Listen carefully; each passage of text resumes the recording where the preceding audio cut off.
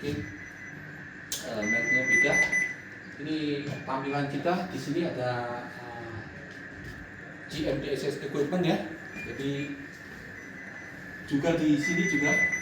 Jadi nanti kalau sebuah kapal itu nanti berlayar di area A1 misalnya kan ya, peralatan apa saja yang harus dilengkapi misalnya kan ya. Jadi dari tampilan di sini ya, misalnya apa?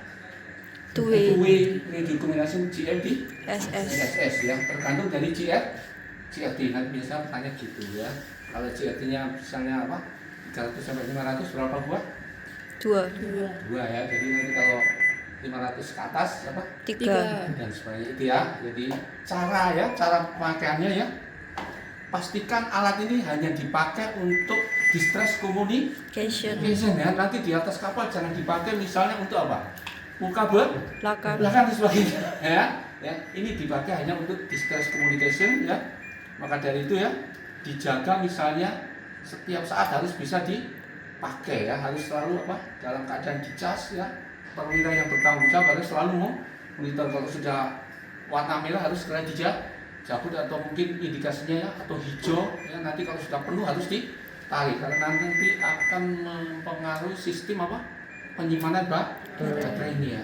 Ini ya. Jadi nanti baterai ini juga ada masa berlaku. Biasanya berapa 3 tahun nanti ya, harus dicek ini ya. Ini two-way radio communication untuk distress communication. Apa distress communication? Ya, komunikasi antara kapal yang sedang mengalami keadaan bahaya dengan kapal lain atau dengan stasiun pantai. RCC ya, tim SAR ini ya. Distress communication. Ya. Kemudian distress communication itu nanti menggunakan apa? Frekuensi berapa? Nanti itu yang harus dihafalkan ya. 2182 untuk misalnya untuk yang dekat atau very high frekuensi untuk HF gitu ya, 2182. Kemudian kalau yang menggunakan future ya, itu berapa frekuensinya? 156,8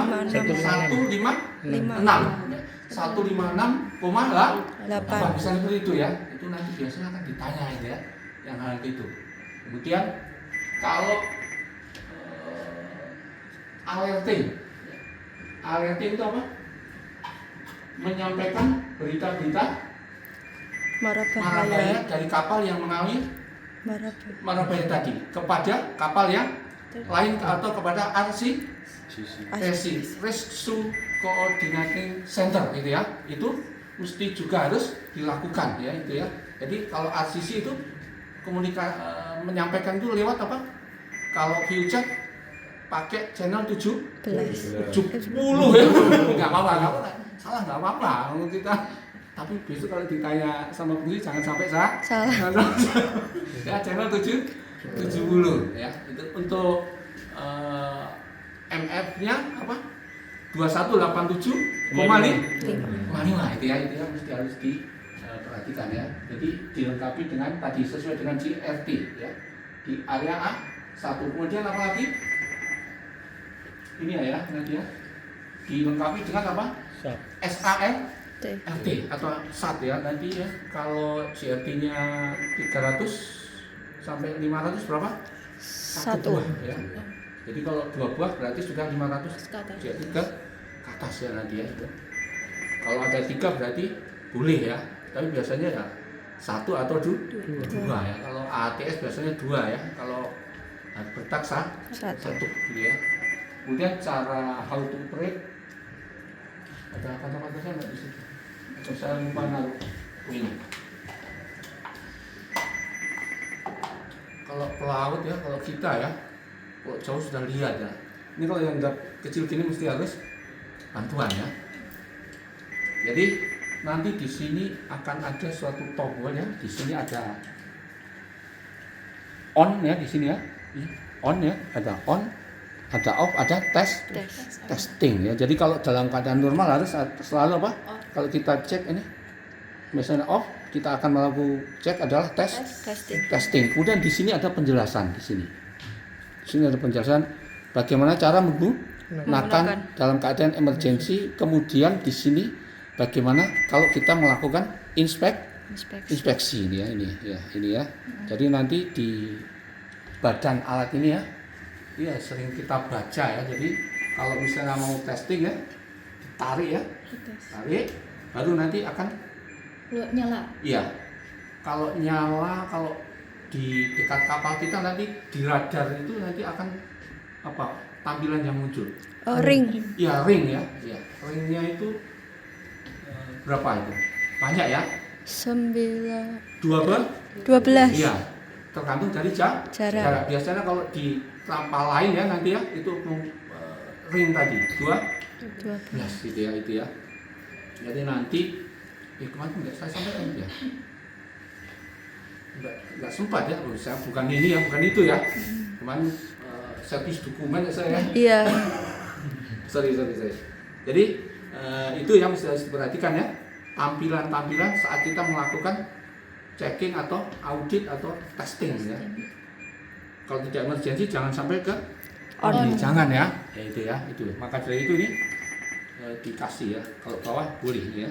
Kalau bawah boleh. Tapi kalau ke atas harus dilepas ya. Kalau testing bisa ini ya. Ya itu ya. Tuh. Jadi SART ini memancarkan pada radar. Kalau ini IPAP. Indication position ya. Emergency Emergency position radio beacon. IPAP ya, ini IPAP ya.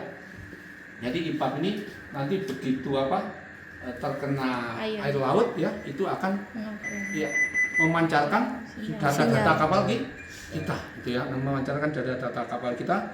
Sistemnya itu nanti dilengkapi juga dengan HRU. Ya, HRU itu ya. Pastikan jadi baterai dari IPAP ini ya, itu akan berbeda dengan masa berlaku dari HRU.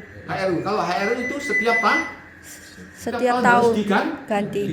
Kalau ini nanti bisa 3 tahun. Nah, ya, jadi beda nanti ya. Jadi pastikan nanti installasinya ya itu sesuai ya, jangan sampai nanti salah dalam. Biasanya kan inspektur kan minta dibuka kan ya. Terus dia mau lihat fisiknya kapan ini baterainya harus diganti, kapan HRU harus diganti. Iya. Jadi ini memancarkan manakala bersentuhan dengan air. Iya, tuh. Kemudian di sini juga ada cara untuk testing dan ya ini testing ya. Misalnya di sini ini ada ini. Ini cara memastikan dalam keadaan emergensi. Kemudian di sini ada testing. Ya. Yang bisa on itu yang sini yang ada sudah difoto Mbak? Ini video Pak. Oh sudah. Share di grup Pak. Oke ya. Jadi nanti di sini ini jelas ini ya. On, ready dan testing ya. Ini masih aktif nih ya. Jadi langsung digerakkan ke arah ini. Tombol direction testing ya. Di sini juga ditulis ya cara-cara atau urutan SOP-nya, SOP untuk operation ya. Kemudian di sini testing instruction ini ya. Jadi nanti di kapal ya. Ya kapal mau bahasa Inggris gampang sekarang. Kamera juga di sini langsung bisa bahasa Inggris ya sekarang ya. Itu ya. Oke. Jadi untuk area A1 ya tadi dilengkapi dengan two-way communication, kemudian SART, kemudian IPAP. Kemudian apa lagi? Nanti baterai di atas kapal harus dirawat nanti ya, harus dirawat ya. Ini adalah avometer ini ya. A-nya itu ampere, V-nya voltage ya, O-nya tahanan atau ohmmeternya ini ya. Jadi ini ya dicek nanti baterai. Paling tidak nanti misalnya kondisi cairan itu ya, jangan sampai turun dari level yang anjurkan, gitu ya. Kan ada lower dan upper. Jadi cairan atau H2SO4-nya harus berada di antara itu ya. Jadi kalau sering dirawat ya, itu nanti voltasenya bisa menunjukkan angka-angka yang bagus ya, 2,4 dan sebagainya ya. Kemudian berat jenisnya nanti diukur dengan ini ya. Ini nanti dicemplungkan nanti ya. Nanti dicemplungkan, kemudian ini akan naik ya, gitu ya nanti ya. Jadi diukur berat jenis dari apa? H2SO4 dan voltase. Itu alatnya namanya apa, Pak? Ini hidrometer sama. Tapi kalau yang hidrometer yang ini khusus untuk mengecek baterai, untuk mengecek baterai. Kalau hidrometer yang dipakai untuk mengecek density akan lain karena mengambil air kemudian ini masuk ya. Kalau ini cairannya diangkat ini ya. Ini ya, dimasukkan baru dia akan naik ya. Ini peralatan-peralatan yang harus dilengkapi ya untuk area A1. Kemudian yang berikutnya adalah apa?